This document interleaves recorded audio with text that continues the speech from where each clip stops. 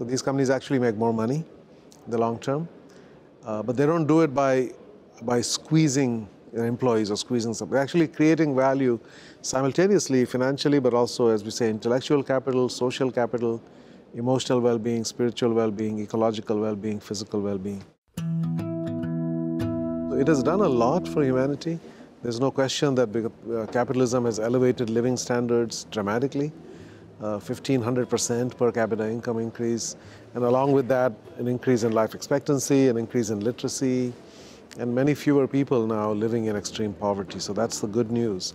But there has been a cost.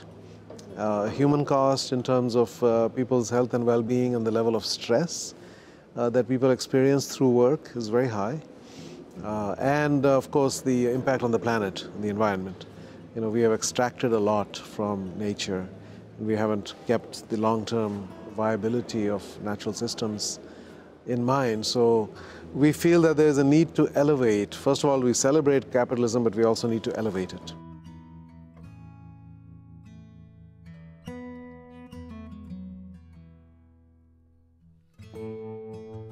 There's a mental model that exists inside the heads and minds of most leaders, that business is just about profit maximization, and that profit is revenue minus costs, and the way to maximize profit, therefore, is to maximize revenue and minimize cost, which means you sell as much, you charge as much as you can, and then you minimize your costs, so you pay your people as little as possible, pay your suppliers as little as possible, externalize costs onto society wherever society allows you to do that, etc. So that's a model that has been deeply ingrained. I believe that that is more of a parasite model.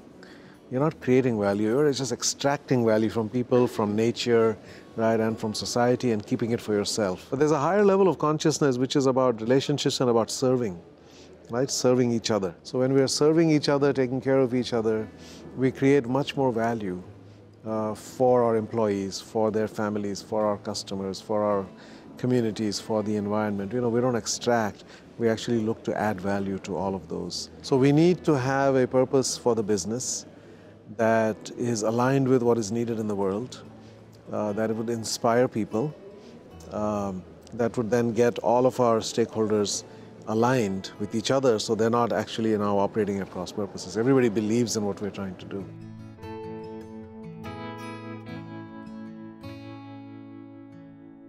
They should not be about power and ego and money for themselves.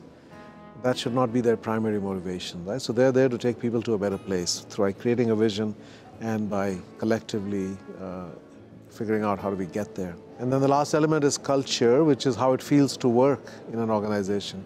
Most companies have very toxic cultures, which are rooted in extreme levels of internal competition, extremely high pressures for performance all the time, all about the numbers. So there's a lot of fear and stress. So that's how work has become for most people. But in conscious companies, work is a place of joy, it's a place of fulfillment. It feels less like a prison and more like a playground. So people actually look forward to going to work.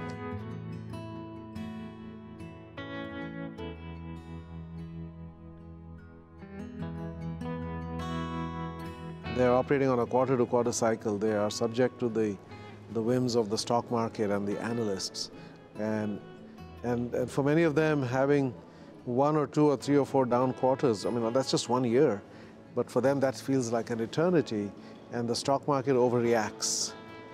And when your sales go down a little bit in the short term as you are shifting over, or when your costs go up a little bit as you are starting to pay people better and give them better benefits, you know, that impacts the profit margins, and then it impacts everything else in the short term. In the long term, or the long term being, 2 to 3 years, you start to see the benefits of that.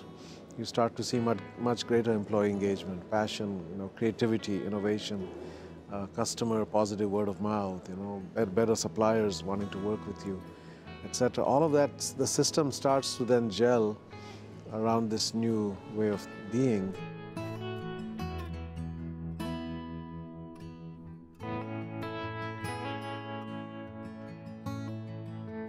It's much more empowering when you have other people who are on the journey with you.